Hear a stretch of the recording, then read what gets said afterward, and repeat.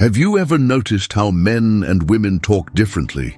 And I don't mean just the voices, though there is a difference there. I mean the actual words they use and the topics they choose to talk about. It's true. Men and women communicate in different ways. And according to Dr. Deborah Tannen, this all boils down to one simple reason: the way we are socialized from birth.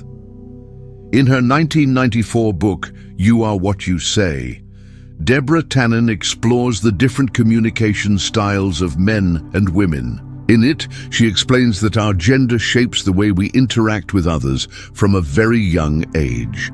When little boys are born, they are immediately surrounded by other males.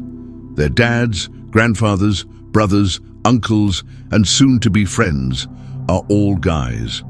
As a result, little boys learn that to be accepted by the group, they must behave like the other boys. They learn that being strong, stoic, and independent is the way to go.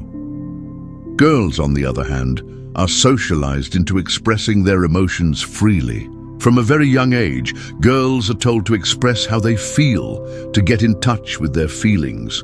And although things are changing for the better, traditionally, men have been discouraged from being emotional. While many fields of work have traditionally been male-dominated, most caregivers have been female. So if mom is the one who comforts you when you fall down, and dad is the one who fixes the problem, then it makes sense that boys would learn that showing emotion is a feminine trait and thus something to avoid. And girls would learn that expressing their feelings is a good thing. This socialization process doesn't end after childhood. As you grow older, you continue to receive messages about what is considered masculine or feminine behavior. For example, think of the types of toys you were given as a kid. Were your interests encouraged or looked down upon? Was your passion for a certain subject ridiculed? These experiences shape you into the adult that you are and affect the way you communicate. So what are some of these differences in communication between men and women? First, let's look at the topic choices. According to Tannen, men tend to talk more about things, often hypothetical situations, while women tend to focus on people. For example, men might spend their time talking about cars, games, or business deals, while women may talk about family, friends, or co-workers. But why is this? Well, according to Tannen, men tend to bond over shared activities and accomplishments, while women bond over their relationships with each other. This is due to the way they are socialized. As we mentioned before, boys are typically encouraged to play outside and develop independence. Girls are usually encouraged to play with dolls and focus on interpersonal relationships. This is not to say that girls do not enjoy playing outside or boys do not enjoy playing with dolls, but that these activities are generally encouraged or discouraged based on gender roles. As a result of this socialization, men tend to take a more instrumental approach to problems. They focus on fixing the issue at hand. For example, if your car won't start, a man might jump right in and try to fix it. On the other hand, women tend to take a more expressive approach to problems.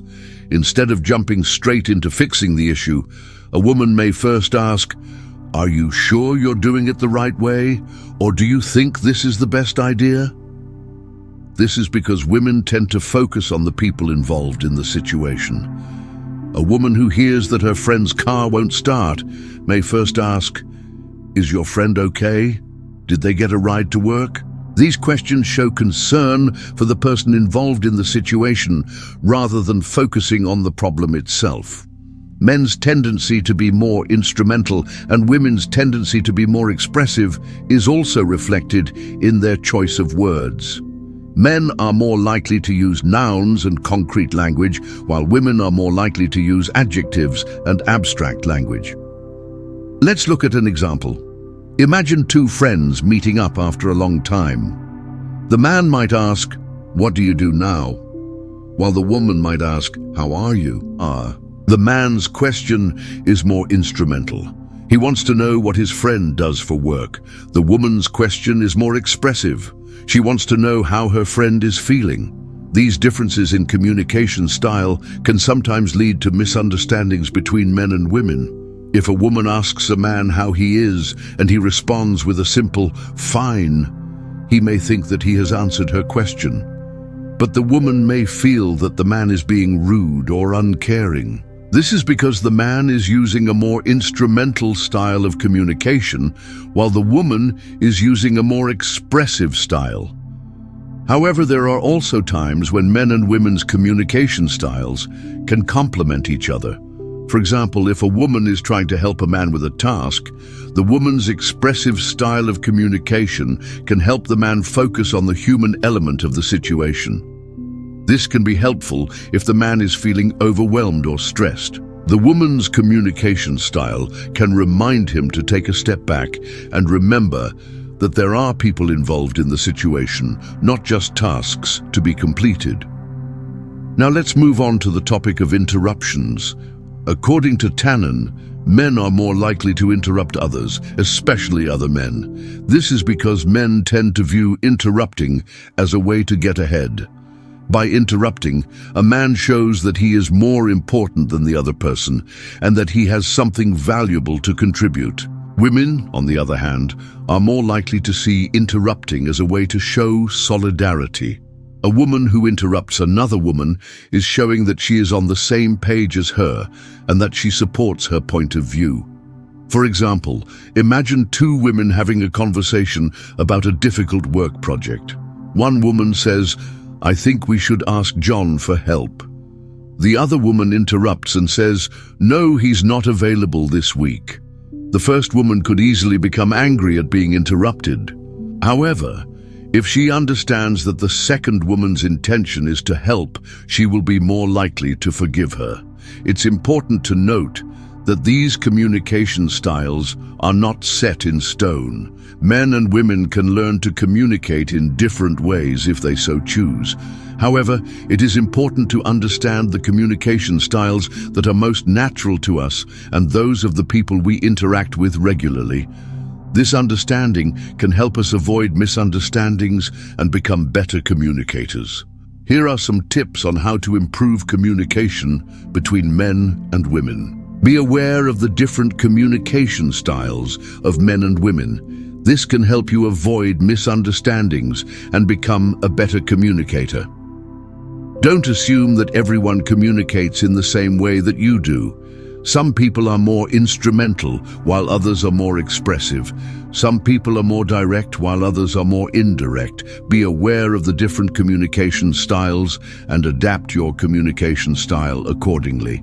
For example, if you are talking to someone who is more instrumental, get to the point quickly and focus on the task at hand. If you are talking to someone who is more expressive, take the time to build rapport and focus on the people involved in the situation. Be aware of the gender roles that may be influencing your communication style. Men and women are socialized differently from a young age, and these early experiences can have a lasting impact on the way we communicate. For example, if you were raised to believe that men should not show emotion, you may be less likely to express your feelings even if you are in a safe and supportive environment. If you were raised to believe that women should be more nurturing, you may feel uncomfortable taking charge or making decisions. Don't let gender roles dictate the way you communicate. You can choose to communicate in any way that you want to. Just be aware of the potential consequences of your communication style. If you are a man who wants to be more expressive, be prepared for some pushback from other men. If you are a woman who wants to be more instrumental, be prepared for some criticism from other women. Be patient with yourself and others. Changing your communication style will take time and effort. Don't get discouraged if you make mistakes along the way. Just keep practicing, and eventually it will become second nature. We hope that you enjoyed this video and learned something new. Thank you for watching, and we will see you in the next one.